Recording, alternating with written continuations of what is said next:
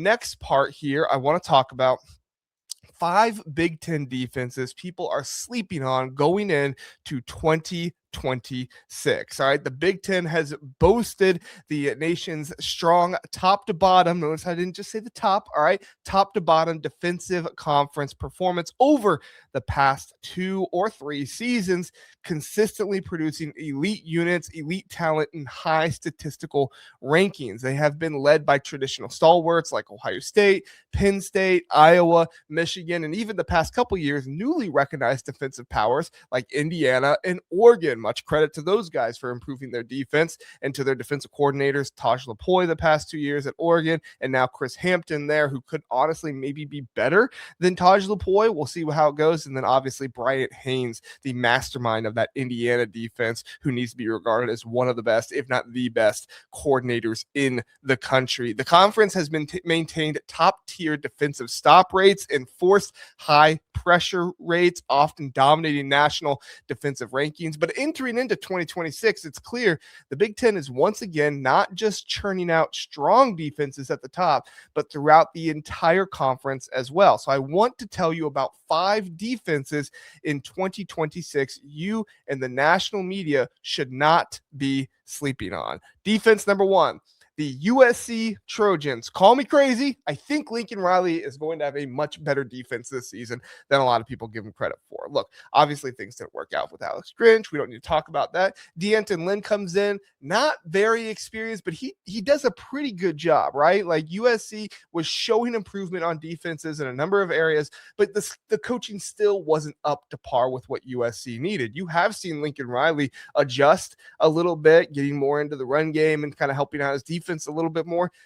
And that's been really nice to see. And I think we're going to continue to see that adjustment from Lincoln Riley. I think we're going to continue to see Lincoln Riley adjust to helping his defense. I think he knows this is the type of game in college football that you have to play if you're going to go out there and win more often than not. Gary Patterson, he's in his first year as defensive coordinator there. He was hired in late January, and there's a lot of buzz about his multiple adept 5-4-2-5 defense that he's putting out there. Obviously, the starter of that defense, the godfather of that, and he's got a lot of really good defensive players here for him. I mean, Braylon Shelby on the edge, Cameron Crawford on the edge too. Jakeem Stewart is entering into his sophomore year. He's going to be in the middle of the defensive line there. Desmond Stevens II is going to be linebacker. Marcellus Williams is going to be there as well. And Christian Pierce there at safety. They're returning approximately 6 defensive starters and one of the FBS's top 20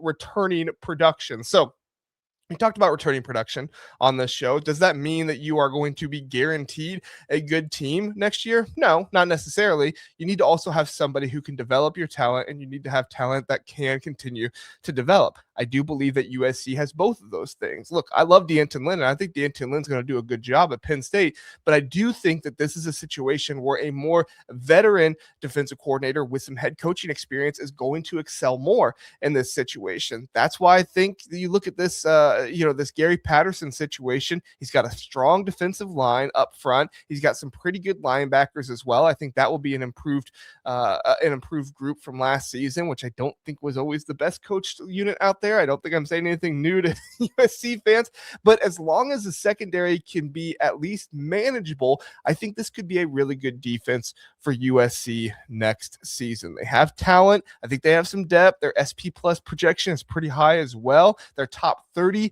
in the nation. And I think if you tell people that USC is a top 30 defense in the nation, a lot of people might scoff at you, but I do think this is a team that will be a top 30 defense in the nation, maybe even top 25 at the very least. And if that does happen, you can look for USC to be a likely playoff contender. Now, does that mean they're definitely going to make the playoffs? No, not necessarily. Right now on FanDuel, they sit at plus 270, but somebody that definitely can be a playoff contender for you. It's going to be very interesting to see what happens here. Let me know your thoughts in the comment section below. If you're watching on YouTube, on USC's defense, where do you think they would stack up? Top 30, top 50, top 20?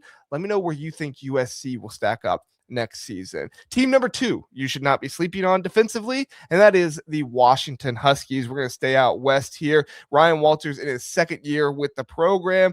He is using a multiple adaptive defense with a lot of different fronts. I mean, they can go from a 5-man front to a 3-man front. They can play 3 corners, 2 safeties, a lot of emphasis on the pre-snap and post-snap changes with Ryan Walters. Listen, Ryan Walters did not do well at Purdue. No secret there, right? But Ryan Walters is a very good defensive coordinator who was trained up in one of the best by Brett Bielema, and he has a stable of linebackers this season. Zari Alexander, Jacob Manu, Zadarius Rainey-Sale there for him. They're bringing back their star safety from last season, Alex McLaughlin, Dylan Robinson at cornerback for him. And then on the other side, Emmanuel Carnley is going to be out there as well. I think you could see not quite the cornerback duo that you saw last year with Ephesian Prysock and Takario Davis, but still a very good cornerback duo here for them. And you have that strong linebacking core. This could be a really good season defensively for Washington. And when you have linebackers as good as they have, and Ryan Walters, who specializes his defense at a lot of good, smart linebacker play, you're going to be set up well here. Now, the biggest issue, the biggest weakness here for Washington is going to be that defensive line. I'm not saying the defensive line is going to be bad by any means, but I do look at this defensive line and say, where's the star player? Like, where's the star havoc, chaos creating guy out there? And they have some guys with some potential, but really nobody that sticks out as like the one. But I do think in the second year, Walters jump, he's going to be able to adjust to some of the stuff that you saw last season. He's going to get better. He's going to develop his players better. And I think you could see this Washington team be a sneaky defense next season, especially if they go on the road. This could be the season when Washington starts winning a lot more road games out there. I don't think it was always the defense's fault. You know, Washington only scored 7 at Michigan, so that offense wasn't helping them all that much there. I think the defense, kept them to 14 points at halftime, 10 points at halftime. So they definitely kept them in the game. It's just eventually Michigan pulled away with the offense turning the ball over, not really doing all that much for them. So if Jedd Fisch can get the offense going on the road, the defense can be that consistent piece for him on the road as well. I'd like to see this Washington team maybe even make the playoffs next season. Right now on FanDuel, plus 500 odds to make the playoffs next season. I love those odds for Washington. All right. I'm not telling you what to do with your money or anything like that, but I do think this is a situation where Washington has some pretty good odds here. So we'll see what happens. It's good information. And I do think people need to be watching this Washington defense a little bit more than maybe they were before. Next one, Wisconsin. That's right. All right. I get far too high on Wisconsin sometimes. I will be honest, but I don't think I can be too high on the defense. Mike Trestle entering his 4th year there, commanding the Badgers defense. They run multiple adaptive fronts, a 3-4, sometimes a 2-4-5 type of hybrid nickel packages and stuff like that with some flexibility, physical gap control type of stuff. It's really a fun defense to watch, especially when you got guys like Mason Posa and Cooper Catalano there at linebacker, both entering their freshman season, freshman All-American tandem duo that led tackles late in 2025. As well as that, you got Sebastian Cheeks as a graduate outside linebacker, kind of edge player out there. Charles Perkin, he's going to be commanding the middle of that defensive line, as well as with Dylan Johnson as well. And you have an emerging linebacker too, and Thomas Heiberger, I think is how you pronounce it. So this is a really good linebacker situation, and I would say it's like the strongest part of the offense altogether. Now, definitely the inside linebackers. That's definitely the strongest part of this defense, but you could see the young linebackers around them, the kind of linebacker edge guys there on the outside, also be a little bit of that, strength of the the defense as well. So we'll see how it works out. If the young guys at linebacker are really able to make some things happen, it's going to be really, really interesting to see how this team looks next season. If they can get the secondary right and the offense doesn't put them in bad situations, this is another Wisconsin team defense that, I think we're probably going to be looking at in the middle of the season and either saying, hey, that defense is really good and they've led them here, or we might be saying what we said last year, which is, hey, this defense is actually much better than people give them credit for. Their offense just can't do anything. So as long as Colton Joseph stays healthy and he doesn't turn the ball over too much, I think we're going to see a really good defense here with some stats that back it up next season for Wisconsin. All right, next one, team number 4. Let's talk about the Northwestern Wildcats. Tim McGargle, I believe is how you pronounce it, McGargle. He is entering into his second year there with David Braun. He's also the linebackers coach, in addition to being the defensive coordinator. Runs a 4-2-5, 4-3 kind of adaptive, type of defense out there.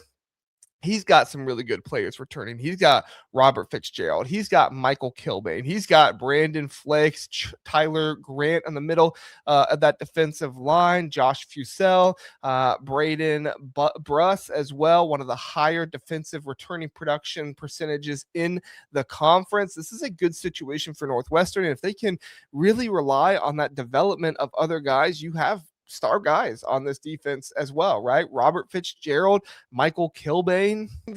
I think this could be a really good situation for Northwestern next year. You're going to have a really strong defensive line that you're able to work with. Obviously, Michael Kilbane, the center of that defensive line as well. They also added Dominic Kirks out of the transfer portal from Ohio State. He was a guy that did very well in Ohio when he was in high school there, got in a little bit of an injury situation. And as we know at Ohio State, it's really hard to kind of come back from that stuff and be able to kind of continue to climb the depth chart, especially when other guys are gaining trust and stuff like that with the coaches. So I don't think Dominic Kirks left because he was bad or anything like that. I think he got passed up because of an injury and some stuff that happened there. I think that he can be a good piece for this Northwestern defensive line, as long as the linebackers are able to hold up and fill their gaps and be coached up well. That's a good situation for him. And of course, that is Tim McGargle's, defensive group there. So, hopefully he'll be able to get them set and right. And I think that Northwestern could have a very effective defense with a lot of defensive lines, bring momentum for them, good returning production, that as long as they're able to develop that and work out well. And McGargle in his second year as defensive coordinator, I really, really like the options here. And I really like that Robert Fitzgerald is back for this team as well. To me, Robert Fitzgerald is one of the key pieces in that secondary that is going to be huge. Fifth year senior guy that's coming back. I think he's fifth year, at least he's graduate. I know that. But he's going to be a huge piece for him and do a lot of good stuff for Northwestern this season. And then finally, my final defense to not sleep on next season in the Big Ten. It's the Minnesota Gophers. You know I was going to say this. All right, the Minnesota Gophers. We are not maybe as high on them as maybe some Minnesota fans want us to be sometimes, but I do think that we need to give credit where credit is due. I see some people, listing Minnesota with like the bottom of the Big Ten, sometimes acting like they're like a bottom tier team in the Big Ten. They're not. Minnesota is a good middle of the pack team in the Big Ten who, if they hit right with Drake Lindsey and some other guys on offense, they can turn into a team that can win you 9, 10, 11 games and contend for a playoff at some point. Do I think they're going to do that this season? Not necessarily, but could it happen? Sure. Drake Lindsey in his second year, but it's really going to come down to the defense in a lot of ways. Danny Collins in his second year as defensive coordinator, who's promoted last season with no defensive coordinator experience, is the guy that PJ Fleck will tell you every opportunity he gets that he slept in a broom closet and everything else, which I don't know. Maybe I personally wouldn't want my head coach telling people on national television all the time that I was sleeping in a broom closet, but you know what? It is what it is. Maybe they like to talk about it all the time. Like, yeah, man, that's the best broom to sleep on over there. I don't know. My mind goes different places, but Danny Collins does run a 4-3 type of defensive scheme here. He's got the Big Ten sack leader from last year and Anthony Smith coming back, Carter Mins, Jackson Howard there on the edge. Maverick Baranowski is coming back as well. He's a guy that has a really good trigger. Saw him last season with that. Matt Kingsbury, John Nestor, Kerry Brown at safety. I mean, this defense lost Coy Parrish, so everybody's going to freak out and say like, oh, the defense isn't going to be as good. But in reality, like Coy Parrish was not the best player for them last season. And if anything, Danny Collins, I wouldn't say that he was like bad or anything, because I do think some of it was on Danny Collins with not exactly like using Coy Parrish the right way, but that's why you feel high on a guy coming into their second year. They've learned from their mistakes. They're going to get better. And so you look through the situation and you say, like, yeah, of course, you got a whole lot of really good defenses in the Big Ten. Ohio State, Penn State's going to be good once again. Iowa, Michigan, Oregon, probably even somebody out, Indiana. Like, you're going to have really good defenses again, but it's the second tier of defenses that I think people are sleeping on a little bit. Of course, you're going to have some good defenses, Penn State and stuff like that. That'll, like I said, be up there in the top. But these second tier defenses that I think people are sleeping on a little bit because they don't like the depth of the Big Ten. I think need to get a little bit more recognition. Was there any team that I did not mention that you think should be included in the defenses not to sleep on?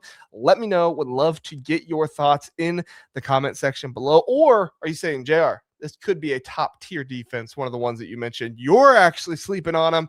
Let me know. Would love to hear you guys' thoughts. Please do like, subscribe here on YouTube. If you're listening on podcast, a 5-star rating and review always helps us out as well.